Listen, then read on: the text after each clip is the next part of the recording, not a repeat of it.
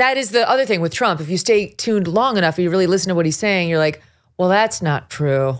Well, wait, that's not true. Well, that also is not true. And this is one of the examples of that. I own a small business and time is money. Would you ever allow a shutdown in the future? No, I wouldn't. And I never did. I let the governors make their decisions. Florida did shut down. Ron DeSantis shut down. He shut his state down very violently, actually, and shut the highways down, the roads down. I'm a federalist in a sense because that's the federalist way. No, I didn't actually have a shutdown, despite the fact that some people wanted to and some people didn't want to. But if you go back and look at the records, you will see that the biggest fan of Dr. Fauci was Ron DeSanctimonious. He was a big fan. He said, I go by, exactly, quote, I go by what Dr. Fauci said. He said that 2 months in, all the way through, and then eventually changed when it wasn't, that wasn't the dessert of the day. Dr. Fauci was not a huge factor in my administration. Go ahead, Duncan. I love seeing that so much. Why? Why? Is he just not telling the truth? Because it's funny. Because it's fun. I love that. Like, I think that entertainment value is so critical. It's like the spoonful of medicine, or the spoonful of sugar helps the medicine go down. And Trump has that in spades. Like, he can. But Smug, are you positing that he's trying to entertain us? Because I think he's trying to lie. I mean, when he says he's not the dessert of the day, like, all this is just hilariousness. I mean, look, he's very funny. No question about it. But it's very funny. Okay, but look, and I'm quick to say Trump's funny when he's funny, but that was a lie. Like, Trump. Not true. Right. I'll give you one compilation that we pulled from right around the time. It was March of 2020 clips. When he absolutely ordered 15 days to slow the spread. That was him. Here's an example. We did the right thing. We closed the country down. I could have kept it open. And I could have done what some countries are doing. I had to shut it down, and we did the right thing. I thought of keeping it open. And we did just the right thing. We closed it down. And a group of very smart people walk in and say, sir, we have to close it. And we did the right thing. They can't do anything without the approval of the President of the United States. Even the Democrats aren't blaming me for that. We had to close it up. Some people wish we never closed it down. We did the right thing. We closed it. It's a decision for the President of the United States. We did the right thing. We had to close it up because nobody's ever heard of closing down a country, let alone the United States of America. That was put together by a DeSantis fan, but those are all legit clips. And he did close. He did. And he's right that he said it's up to you governors after the 15 days to slow. But then he was like, okay, it's up to the governors. But it was under enormous pressure from the White House to close, threatened if you didn't close. Fauci, he did cede to Fauci, who was leaning on all these governors. Trump leaned personally on these governors. Governor Brian Kemp of Georgia came out and said he tried to strong arm me into closing. So Trump could be like, I left it up to the governors. Okay, but you were on the side of closure. Go ahead, guys. Well, I mean, nobody remembers that better than President Trump. And nobody knows the stakes in a presidential race better than him, because he knows that it's on his opponents to prosecute that case, to remind people of what he said. And he's not just going to sit there and let them say over and over and over again without responding. He takes something where there's a kernel of truth.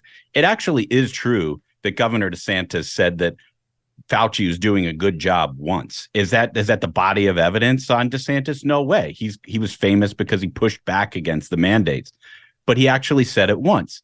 And where Trump is so effective is that he is on offense all the time. He takes one little fact and he drives it and drives it and drives it in a more entertaining and memorable and forceful way than any of his opponents. And guess what? That's how you win elections. You're right. And just like the thing, like, I left it up to the governors. It's like, okay, you left it up to the governors the same way the mob boss leaves it up to the shopkeeper, whether he's going to pay the $50 in protection. Go ahead, Smug.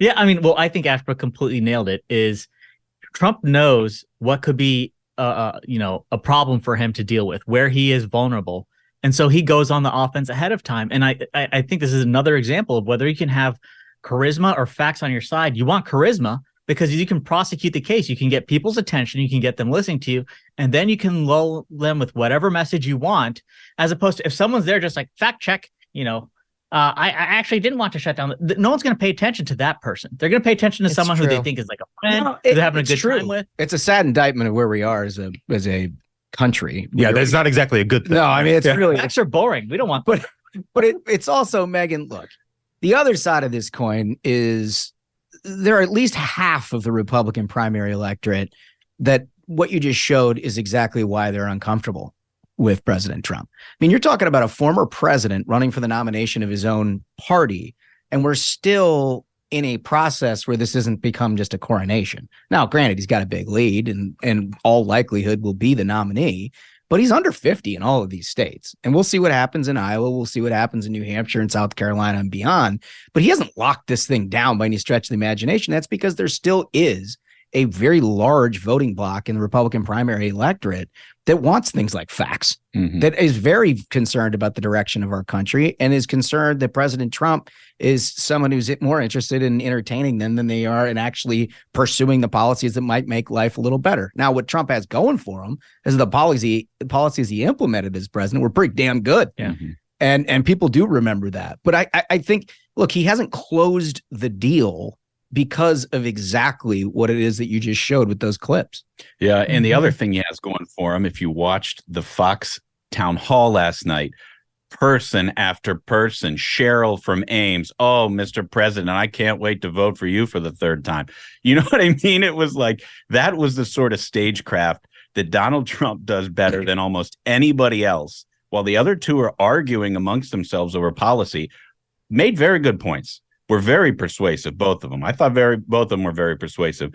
But when you switch over to Fox and you watch person after person in Iowa get up and talk about how Trump did things and that's why they like him, I mean, that's his message in a nutshell. Well, you know what that was, Ashbrook? You know what that was? That was the Fox News surrender to Trump. That's what we watched last night. Because they are not on Team Trump. They've been very anti-Trump for a long, long time. They've been pro-DeSantis, then they switched to pro-Nikki. And they've been very anti-Vivek, and they've been very anti-Trump. But Trump, like he did in 2016, has wrested this nomination from the Republican Party, notwithstanding Fox's objection. And last night, Fox made a decision, it was clear to me, to get back in his good graces. And I thought Brett and Martha did a fine job. Don't get me wrong. They did ask a couple of challenging questions, but they are capable of asking much tougher questions.